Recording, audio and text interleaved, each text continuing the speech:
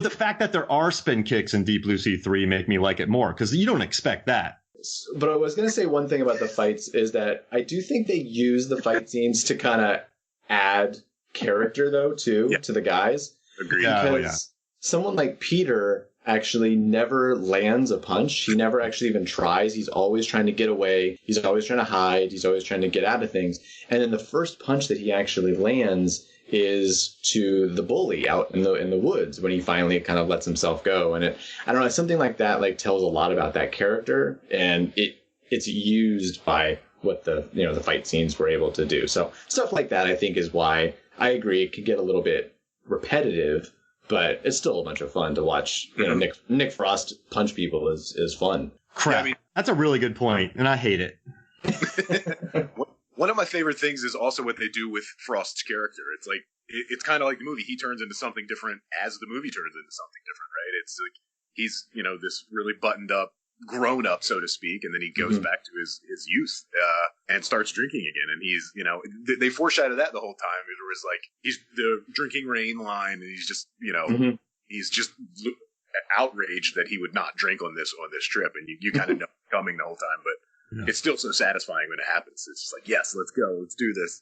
I loved his speech. I think my favorite speech is the one where he makes, you tried telling a bar full of drunk rugby players that you don't drink. And I was like, amen. Like, that's tough. That's tough right there to not do that. That was a good line, right? I liked that a lot.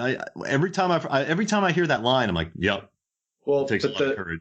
And the beauty of that line is then that's the end of the movie. Is that Gary then goes into a bar full of what would presumably be like a type of rugby players and orders water. So like he literally does the thing that I missed that. It's like, again, everything is cyclical. Like it always comes back around. Everything is foreshadowed and everything is referenced, and it just constantly goes back on itself. See, it's funny you said that, because I was just thinking, oh, okay, he's off of drink. He's off of drugs, so he's ordering the water.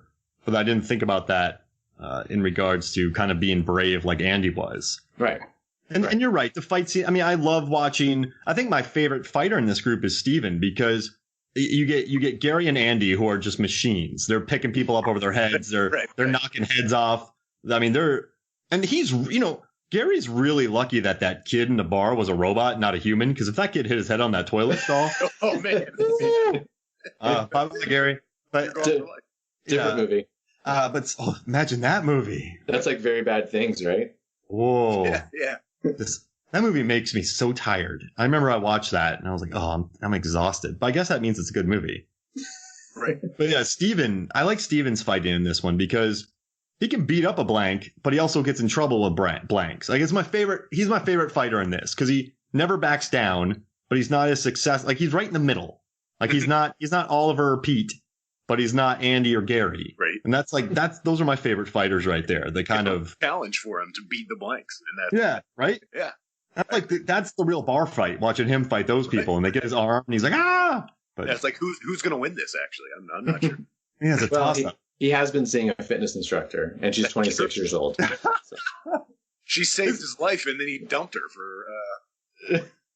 I mean, come on. Sam's his dream girl. That honesty. I like that he was honest with her. Like, listen, I love you. I've loved you my entire life, but I am dating a 26-year-old fitness. It's the best. Like, it's honesty, but then it's also like, I'm dating a 26-year-old fitness instructor. Like, he knew what was going on. He knew what he was doing. Sure. And then Rosamund Pike, I love that she had to go in reverse after being told that you got to move forward. Like, there's so many little bits in this. Yeah. I think having Rosamund in this, though, I mean, you got this Oscar. She should have won for Gone Girl, but you have this Oscar caliber actress in there just alongside these guys, and I liked her character a lot. Mm-hmm. Mm-hmm. Yeah, she's great. And she helps out. I like when she throws the umbrella and then she gets it stuck between Gary's arm and someone else at the outside patio fight. I did that. Yeah, the blank. Yeah, that outside patio fight's tremendous too. It's funny girls with the arms, but I mean that whole fight is outstanding. And then Steven, when he finishes kind of giving, his love speech to her, and she says, Steven, don't worry, nothing is between me and Gary. And then the girl with the leg arms comes between her and Gary and pushes them aside. Like, it's just things that are very overt, like they, blast you with it, like, hey, here's this thing that's coming back around. And then there's little subtle things like that you catch on multiple watches. Yeah, I mean, I think that stuff is present in the Cornetto trilogy, like, as a whole, but I think it's much more, I guess, frequent here, and I think the ability to do that and the ability to, like, imbibe it with some more depth is what makes this screenplay, like, such a tremendous one. I don't want to say compared to the other Cornetto trilogy movies, because those are both incredible screenplays too, but, like, yeah, I don't know, this one just, it rises a level above to me, even though I, love both those other movies. And it never feels cute. Sometimes I hate in movies when you can tell when a dialogue is too precious, and you can feel it, right? You can just feel the preciousness of it. Mm-hmm. But yeah, in this one, you keep bringing up moments that, like, I've listened to all the commentaries from this. There's 3 of them. I've watched all the behind the scenes stuff. I've watched this movie 10 times, probably more. But then you brought up that water thing and I missed it, which means the script did good work. Like, I've studied this film, and I've never once, I guess, aside from a couple moments in the fights, I've never groaned or felt that anything was too precious. I mean, you watch some of these indie films with auteurs like Edgar Wright, and you're like, it feels like, I know every word is written, but Edgar Wright, this script doesn't feel overly written, if that makes sense. Yeah. No, the characters feel like they're natural. Mm-hmm. Like, even though they are kind of, especially like Gary is kind of larger than life in ways, but like they all feel like very natural progressions of these high schoolers who just got older and left their friend behind because, well, I mean, he willingly was left behind, but then, like, to have them all come back together. And yeah, it all just seems very much like it's believable up until the point when, it's a robot alien invasion part. But, like, meaning, like, if you put yourself in that situation, if that actually happened, like, it's all very believable. And I think it's a relatable thing. And that's what makes it work so well. And you keep talking about the stuff that kind of comes back around too. And I mean, about, like, all the names of the pubs, right? Yeah. Those all matter. Yeah. And they relate to what happens at that pub. And I mean, yeah, I think it's just so perfectly written. And like you said, every word is written, sure. But I think every word was thought about, like, extra in this, because I think it just is just perfect. I think it also helps that Pegg wrote it with him and is kind of the main character where, I'm sure they wrote it with, obviously with him in mind. And I don't know, I just think that probably helped a lot with making it sound natural, really. It sounds like, just guys hanging out dialogue. Mm-hmm. And then it turns into, we keep saying it turns into something completely different, but I think it helps that Simon Pegg helped him write the screenplay. Yeah, Patty said that he was falling out of love with acting because he was directing more. He's directed some pretty gnarly pictures. I don't know if y'all have watched them. Yeah. Yeah, and like, so he was getting into directing, but then you have Martin Freeman just showing up. Yeah. And then you have, Eddie Marsan, who's always great. Yeah. Mm-hmm. I just have a stack. What's up? It's a loaded cast, those guys. Yeah. Embarrassment of Riches. Mm-hmm. Yeah. They should have added, well, never mind. I was going to say, wait, no, yeah. No. I was going to say Sean Connery. Sean Connery. Who would he have played in this? Basil. Yeah. I don't think you can't take Basil out, though. I know. He would have been the Reverend Green. He would have been the Reverend Green. I'm good with that. But I love Michael Smiley. But I just want to hear him sell drugs. Yes. Like, you want some drugs? Oh, that'd be perfect. Hey, so real quick, let's take a quick break, and then when we come back, we will talk more of The World's End. We'll be right back. Welcome back to Movies, Films, and Flicks, and I have something fun for Justin and Pete here. Y'all ready for this? Sure. So. All right. So you just got done with your Martin Scorsese series, and now we're talking about Edgar Wright movies. So on Movies, Films, and Flicks, I like to do drafts. So here's what we're going to do. We're going to do a combined Scorsese-Wright draft. Okay. So you're going to pick movies from, you're going to do, let's see. How can we make this work? You can, how many? Right, so you get 6 total movies. Oh, wow. And then you get 3 from, because, yeah, Edgar Wright has made, let's see, he has the Cornetto trilogy, Scott Pilgrim, Baby Driver. Is that it? The 5? And he had one before this. Yeah, he had one early one that I don't think many people have seen. Got it. So, yeah, I mean, you need at least, like, let's do 5 movies on each team. You can do 3 Scorsese and 2 Edgar Wright. And then let's see, who goes first? Pete, 1 or 2 fingers. How many fingers am I holding up? 1 or 2? I thought I saw your finger at the bottom. I thought you were going 2. Yeah, 2. So yeah, you go first. All right. Goodfellas. So does that mean I'm next? Yep.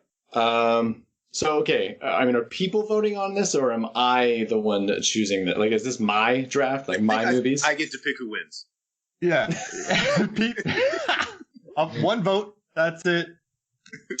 Okay. Listen, if you want to lose, do my strategy of picking with your heart. If you want to win, don't do my strategy at all. Always pick with your heart. Okay.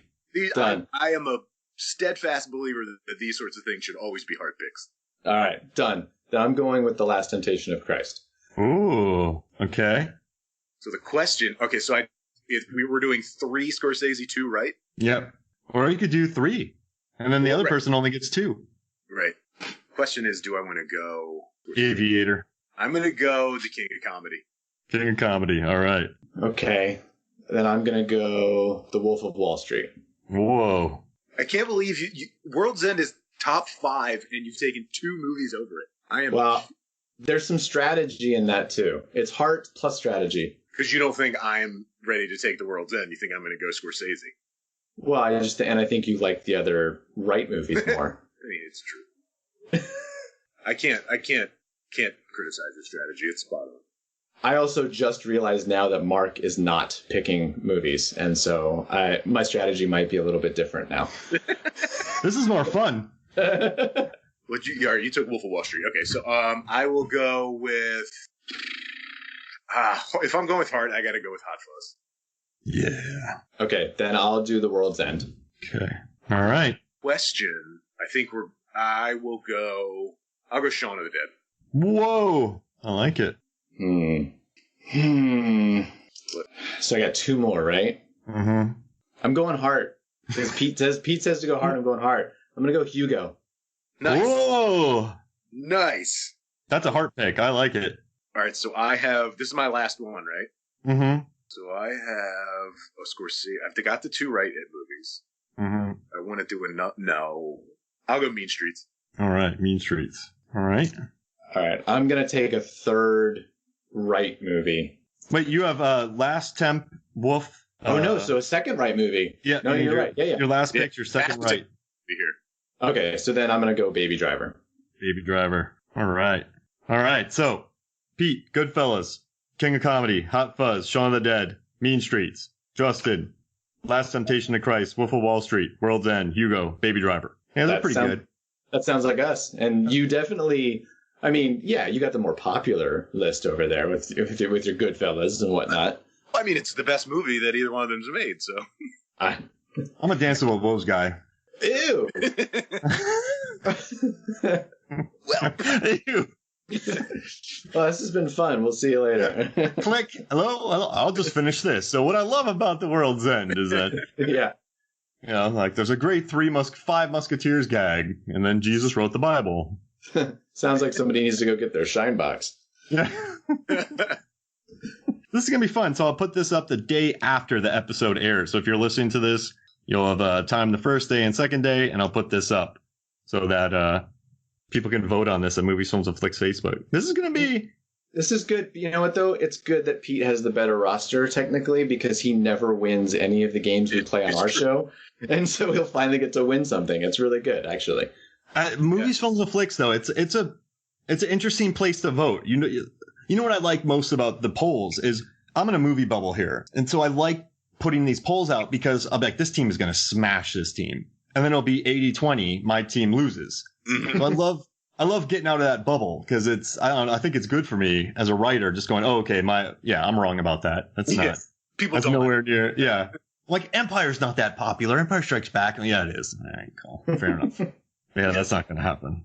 Oh gosh. So like, what are your favorite moments in this movie? What? I know we've talked about a lot, but if you had to what made you fall in love with this film? I have one quote for you. To err is human. So, and then nothing. It's just, that whole final thing where, the big voice is talking, but there's so much about humanity and about what we do as humans and who we are and things we love to do and things we want to do. And it's just so funny, but it's also again, very deep, and it actually makes you think about your own kind of state of mind. And I don't know, that line in particular might be the funniest line I've ever heard in a movie. And so